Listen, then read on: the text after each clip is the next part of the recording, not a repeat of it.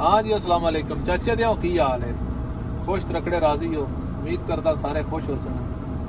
जिस तरह सारे पता है कल असी गड्डियां खाली कीतियां ने ते जम्मू आ गए हैं। इत्थे दो गड्डियां अगे मौजूद ने तो उस तो बाद जनाब साडा नंबर है ते मैं यूट्यूब खोली आई ते विच ना कमेंट आए आन कोई ये पे पुछदा है तुहाडी गड्डी अपनी है, एक गड्डी महीने का कितना कमा लेंदी है, एक गड्डी लेने वास्ते कितने पैसे चाहिए ने, की तरीका कार है, की सारा कुछ।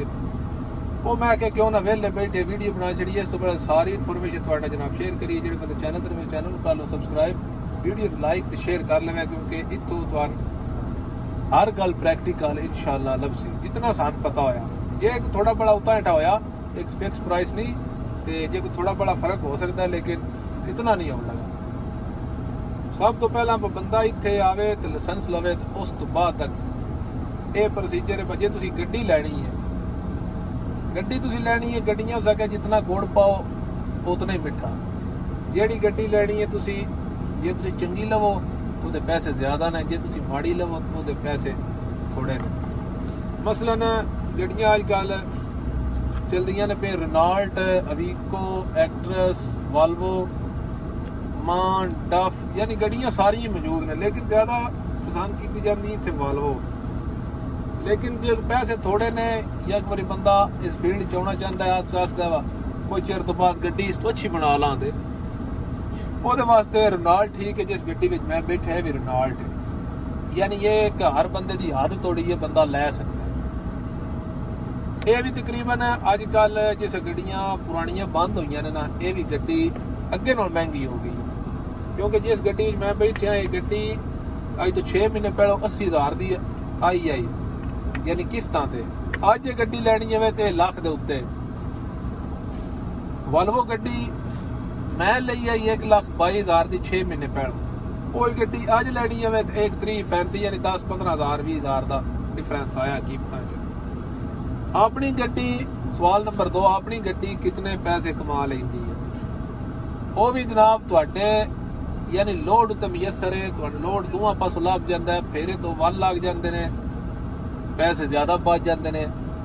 जे फेरा ये घाट लगता है, बॉर्डर तो फस जाते हो या कोई मसला बन जाता है तो फिर पैसे थोड़े बचते। लेकिन मैक्सीमम जी है ना उस गड्डी की जोड़ा बंदा एक गड्डी अपनी बनाता है ओदी उस 8 तो 10,000 तकरीबन बंदा कमा लेता है। ठीक है, उता भी हो सकते हैं, ये तो हेठा भी हो सकते हैं। ठीक है, बाकी गल गड्डी इत्थे की तरीका कार है। गड्डी जनाब जी ट्रांसपोर्ट का वीज़ा होना है उस बंदे ना होनी है गड्डी।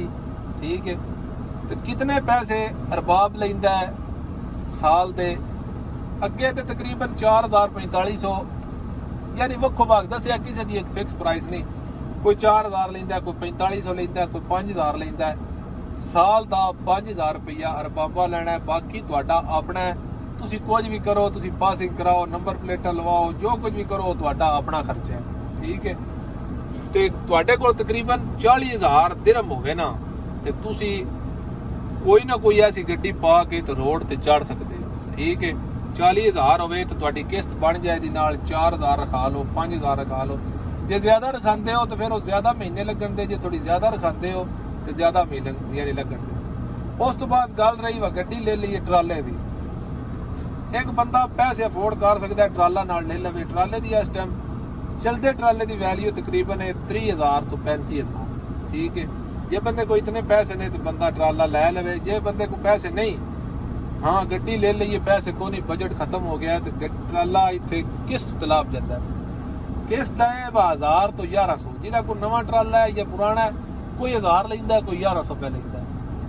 यानी 4 तो 5,000 किस्त होवे ते 1,000 ट्राले का होवे, ये 5-6,000 रुपया तुहाडा महीने का खर्चा है कोई तुहाडा अपना रला के।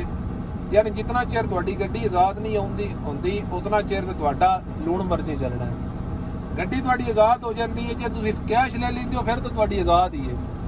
एक बंदा जिहदे कोल पैसे नहीं उन्हें गड्डी लैनी है किस्तां ते, उन फिर साल सबर करना पौना है। साल तो बाद उसकी बचत शुरू होनी है क्योंकि नवा बंदा एक बंदा पुराना है। मैं रह गया गल्फ विच कोई नहीं मसला, इतने गल्फ च आ भी है, सऊदीया भी है तो यानी मैंने टेंशन को नहीं, को लोड इधर लोकल भी ला लिया या इधर ला लिया, इधर फेरा ला लिया। ਇੱਕ ਬੰਦਾ ਨਵਾਂ ਡਾਇਰੈਕਟ ਪਹਿਲੀ ਵਾਰੀ ਉਹਨੇ ਲਾਇਸੈਂਸ ਲਿਆ, ਨਵਾਂ ਉਹਦਾ ਤਜਰਬਾ ਕੋਈ ਨਹੀਂ, ਉਸ ਤੇ ਉੱਥੋਂ ਲੋਡ ਲੱਗਣਾ, ਇੱਥੇ ਲਾਣਾ, ਇੱਥੋਂ ਲੱਗਣਾ, ਉੱਥੇ ਲਾਣਾ।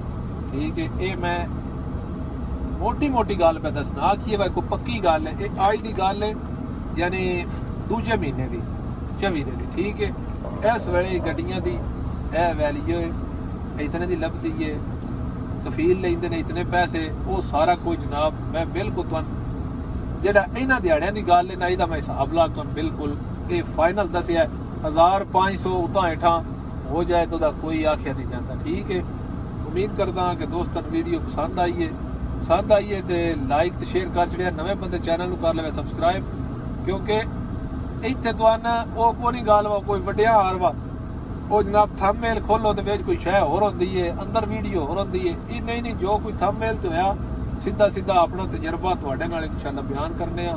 ਹੋਰ ਇਹ ਕੋਈ ਐਸਾ ਕੰਮ ਨਹੀਂ ਬਾ ਕੋਈ ਬਾਸੀ ਕੋਈ ਲਾਜ਼ਮੀ ਸਾਨਾ इतना कुछ इतने फॉलोवर आ जाने, इतने आप जिन्हें अलावा तो गुजर के गए हैं ना, यानी आप जेड़ा कोई मसला बनया अस ये चाहते हैं होर कोई बंदे ने इनका मसला ना बने।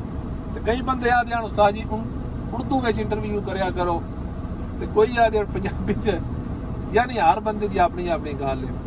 ਅਸੀਂ जनाब पंजाबी ਵਿੱਚ ਜਿਹੜਾ ਸਾਡਾ ਵਲੌਗ ਹੋਇਆ, ਇੰਟਰਵਿਊ ਹੋਇਆ, ਫਿਲਹਾਲ ਤੇ जनाब पंजाबी ਵਿੱਚ ਆਪਣੀ ਜ਼ੁਬਾਨ ਨੂੰ ਪ੍ਰਮੋਟ ਕਰਾਂਦੇ। ਠੀਕ ਹੈ, ਤੇ ਅੱਲਾ ਦੇ ਹਵਾਲੇ ਹੱਸਦੇ ਰਹੋ ਤੇ ਵਸਦੇ ਰਹੋ। ਪਾਕਿਸਤਾਨ ਜ਼ਿੰਦਾਬਾਦ।